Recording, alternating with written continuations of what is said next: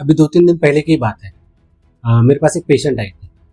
Actually उसे patient नहीं बोल सकते, वो एक स्टाफ नर्स थी। मैं जहाँ पे काम करता हूँ वहीं पे वो एज अ स्टाफ नर्स काम करती है। वो मेरे पास आई और मुझे बोला कि सर पिछले कुछ दिनों से ना मेरा वेट बहुत बढ़ चुका है। मेरे फेस पे एक्ने आ गए हैं। कुछ जगह पे फेशियल हेयर्स भी आ रहे हैं और मुझे ना थोड़ी थकान महसूस होती है। तो मैंने गायनेकोलॉजिस्ट को दिखाया था। गायनेकोलॉजिस्ट ने मुझे कुछ टेस्ट करने के लिए बोला। मैंने वो टेस्ट किए और फिर गायनेकोलॉजिस्ट ने मुझे बोला कि आपको पीसीओएस है। तो अभी मुझे क्या करना चाहिए? तो मैंने बोला सिस्टर, अभी हम उसे पीसीओएस नहीं कहते। अभी उसका नया नामकरण हुआ है, हम उसे पीएमओएस कहते हैं। मेडिकल साइंस में हर रोज नई नई डिस्कवरीज होती है और बहुत सारे देशों के बहुत सारे साइंटिस्ट ने बहुत साल तक रिसर्च करके ये डिसाइड किया कि आज से हम इस डिसीज को पीसीओएस नहीं कहेंगे, आज से हम इस डिसीज को पीएमओएस कहेंगे। तो ऐसा क्या होगा? ऐसी कौन सी डिस्कवरी रिसर्चर्स ने की कि जिससे एक डिसीज का नाम कंप्लीटली चेंज करना पड़ा? कुछ तो हुआ होगा ना।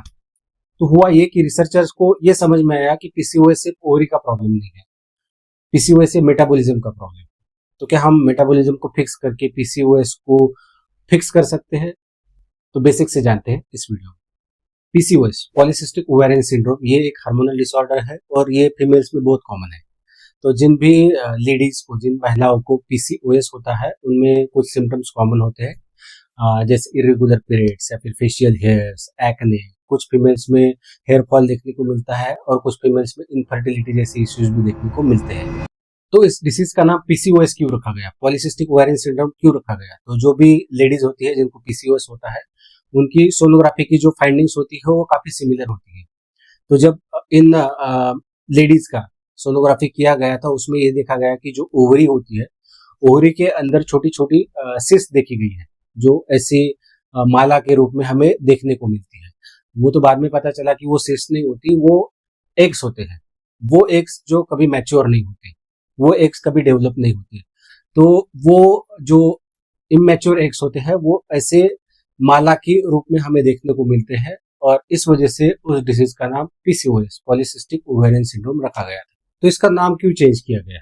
PCOS polycystic ovarian syndrome, polycystic यानी बहुत ज्यादा cyst, multiple cyst, ovarian ovary के अंदर, सिंड्रोम, सिंड्रोम यानी क्या होता है कि कलेक्शन ऑफ सिम्टम्स होता है। तो जो फेशियल हेयर्स होते हैं, एक्ने होते हैं, या फिर वेट गेन होता है, हेयर लॉस होता है, इनफर्टिलिटी होती है, ये सभी सिम्टम्स है। तो ये क्लस्टर ऑफ सिम्टम्स जो होता है उसे हम सिंड्रोम कहते हैं। इस वजह से इसका नाम था पॉलीसिस्टिक ओवेरियन सिंड्रोम। तो अगर इस नाम को आप ध्यान से देखेंगे तो इसमें ओवरी ये जो वर्ड है बहुत प्रोमिनेंट दिखता है। मतलब ये जो डिसीज है उसका मेन कल्प्रिट ओवरी है। ये जो भी सिम्टम्स हमें देखने को मिलते हैं ये ओवरी की वजह से होती है, बट रियलिटी में ऐसा बिल्कुल भी नहीं है। ये डिसीज हमारे मेटाबॉलिज्म को अफेक्ट करता है, हमारे फैट डिस्ट्रीब्यूशन को अफेक्ट करता है, हमारे लीवर हेल्थ को अफेक्ट करता है, इवन हमारे हार्ट हेल्थ को भी अफेक्ट करता है। और यही रीजन है कि इस डिसीज का नाम पीसीओएस से पीएमओएस कर दिया। PMOS poly endocrine metabolic ovarian syndrome. इसमें ओवरी वर्ड तो है ही ऑब्वियसली। पॉली एंडोक्राइन यानी बहुत ज्यादा हार्मोन्स इसमें इन्वॉल्व है। पॉली एंडोक्राइन, तो हमारा जो ब्रेन होता है, ब्रेन के नीचे एक छोटी ग्लैंड होती है बेसल पार्ट में, जिसे हम पिट्यूटरी ग्लैंड कहते हैं। पिट्यूटरी ग्लैंड बहुत सारे हार्मोन्स को सीक्रेट करती है, लेकिन पीएमओएस के कॉन्टेक्स्ट में हमें सिर्फ दो हार्मोन के बारे में जानना है, ल्यूटेनाइजिंग हार्मोन और फॉलिकुलर स्टिमुलेटिंग हार्मोन, एलएच और एफएसएच। तो ये जो दो हार्मोन्स होते हैं वो पीएमओएस में मेनली इन्वॉल्व होते हैं। तो पीएमओएस में एलएच और एफएसएच का जो बैलेंस होता है वो खराब हो जाता है। एलएच और एफएसएच जो ओवरी में एक्स होते हैं उनकी मैच्योरिटी में इंपॉर्टेंट रोल प्ले करते हैं। एफएसएच और एलएच का जब बैलेंस खराब हो जाता है तो जो एग्स होते हैं वो मैच्योर नहीं होते और जो अनमैच्योर्ड एग होते हैं वो सोनोग्राफी में हमें सिस के फॉर्म में देखने को मिलते हैं। सेकंड हार्मोन होता है इंसुलिन। पैनक्रियाज इंसुलिन को सीक्रेट करती है। तो इंसुलिन का काम क्या होता है? जो ब्लड में शुगर होती है उस शुगर को सेल के अंदर लेके जाना। तो जब भी हम खाना खाते हैं उसमें कार्बोहाइड्रेट्स होते हैं, कार्बोहाइड्रेट्स शुगर में ब्रेक डाउन होते हैं और वो शुगर ब्लड में एंटर कर जाती है। इंसुलिन उस शुगर को सेल के अंदर लेके जाता है ताकि सेल उस शुगर को यूज कर सके एनर्जी के लिए। और पीएमओएस में इंसुलिन का बैलेंस क्यों खराब हो जाता है? इंसुलिन रेजिस्टेंस की वजह से। इंसुलिन अपना काम अच्छे से नहीं कर पाता, जिसकी वजह से ब्लड में जो शुगर होती है वो ब्लड के अंदर ही रहती है और सेल के अंदर नहीं जा पाती। तो ब्लड में शुगर बढ़ी रहेगी, पैंक्रियास को लगेगा कि शायद इंसुलिन की कमी है ब्लड में, इसलिए वो ज्यादा इंसुलिन सिक्रेट करेगा। तो इसकी वजह से होता यह है कि ब्लड में शुगर भी इंक्रीज हो जाती है और साथ ही साथ इंसुलिन भी इंक्रीज हो जाता है। जिसे हम हाइपर इंसुलिनेमिया कहते हैं। हाई इंसुलिन लेवल क्या करता है कि ओवरी को स्टिमुलेट करता है और एंड्रोजन हार्मोन को सीक्रेट करता है। एंड्रोजन हार्मोन मेनली मेल्स में सीक्रेट होता है, तो जो भी फेशियल हेयर्स मेल्स में देखने को मिलते हैं वो एंड्रोजन की वजह से होते हैं। और यही रीजन है कि जब इंसुलिन ओवरीज को स्टिमुलेट करता है और एंड्रोजन का सिक्रेशन इंक्रीज करता है तो फीमेल्स में फेशियल हेयर्स देखने को मिलते हैं, एक्ने देखने को मिलते हैं, बेली के अराउंड फैट देखने को मिलता है। और अगर हम वजन कम करने जाए तो वजन कम नहीं होता, और इसी वजह से बॉडी फैट परसेंटेज इंक्रीज होने लगता है, जिसकी वजह से इंसुलिन रेजिस्टेंस इंक्रीज होने लगता है। इंसुलिन रेजिस्टेंस की वजह से फिर से बॉडी फैट इंक्रीज होने लगता है, और ये एक विशियस साइकिल चलते रहता है।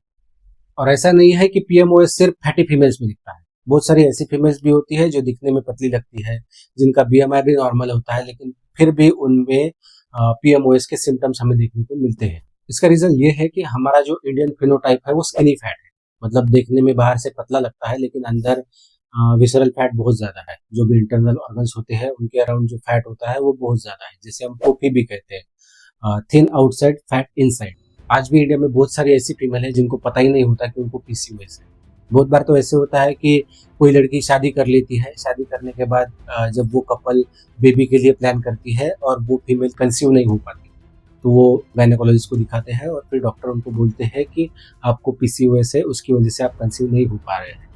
तो ऐसे भी बहुत सी लेडीज है जिनको पता ही नहीं चलता जब तक कोई इन्वेस्टिगेशन नहीं किए जाते। और पीएमओएस होने के लिए बहुत ज़्यादा मेहनत करने की ज़रूरत भी नहीं पड़ती। रेगुलरली डेली बेसिस पे एक्सेस कैलोरीज कंज्यूम करो, हाईली प्रोसेस्ड फूड को रेगुलरली कंज्यूम करो, कोई भी फिजिकल एक्टिविटी मत करो, स्ट्रेस और पुअर क्वालिटी स्लीप तो है ही, हो गया पीएमओएस। ओवर द पीरियड आपका बॉडी फैट परसेंटेज बढ़ेगा, इन्फ्लामेशन बढ़ेगा, इंसुलिन रेजिस्टेंस बढ़ेगा, और हो गया पीएमओएस। पीएमओएस को डायग्नोज करने के लिए कुछ ब्लड टेस्ट किए जाते हैं, जैसे fasting blood sugar, fasting insulin level, HbA1c, even lipid profile. तो डायबिटीज और प्री डायबिटीज की तरह ही पीएमओएस में भी HbA1c के लेवल्स बढ़ जाते हैं। HbA1c बढ़ने का एक मेन रीजन होता है विसरल फैट और उसकी वजह से होने वाला इंसुलिन रेजिस्टेंस। और ये बात याद रखो कि डिसीज का सिर्फ नाम चेंज हुआ है, डिसीज का ट्रीटमेंट अभी भी सेम ही है। तो पहले क्या करना है, बॉडी फैट परसेंटेज को कम करना है। बॉडी फैट परसेंटेज को या फिर बॉडी वेट को कम कैसे करना है, तो कैलोरी डिफिसिट से, जितने कैलोरीज की हमारी बॉडी को जरूरत है उससे कम कैलोरीज कंज्यूम करके। और कैलोरी डेफिसिट क्रिएट करने के लिए हमें क्या हेल्प करता है, तो कार्डियो। कार्डियो किसी भी फॉर्म में, jogging, running, walking, cycling, swimming, किसी भी फॉर्म में। सेकंड होता है इंसुलिन रेजिस्टेंस को कम करना। तो इंसुलिन रेजिस्टेंस को कैसे कम करना है, विसरल फैट कम करके। और मसल मास को बढ़ा के। तो मसल मास को कैसे बढ़ाना है, रेजिस्टेंस ट्रेनिंग या फिर वेट ट्रेनिंग से।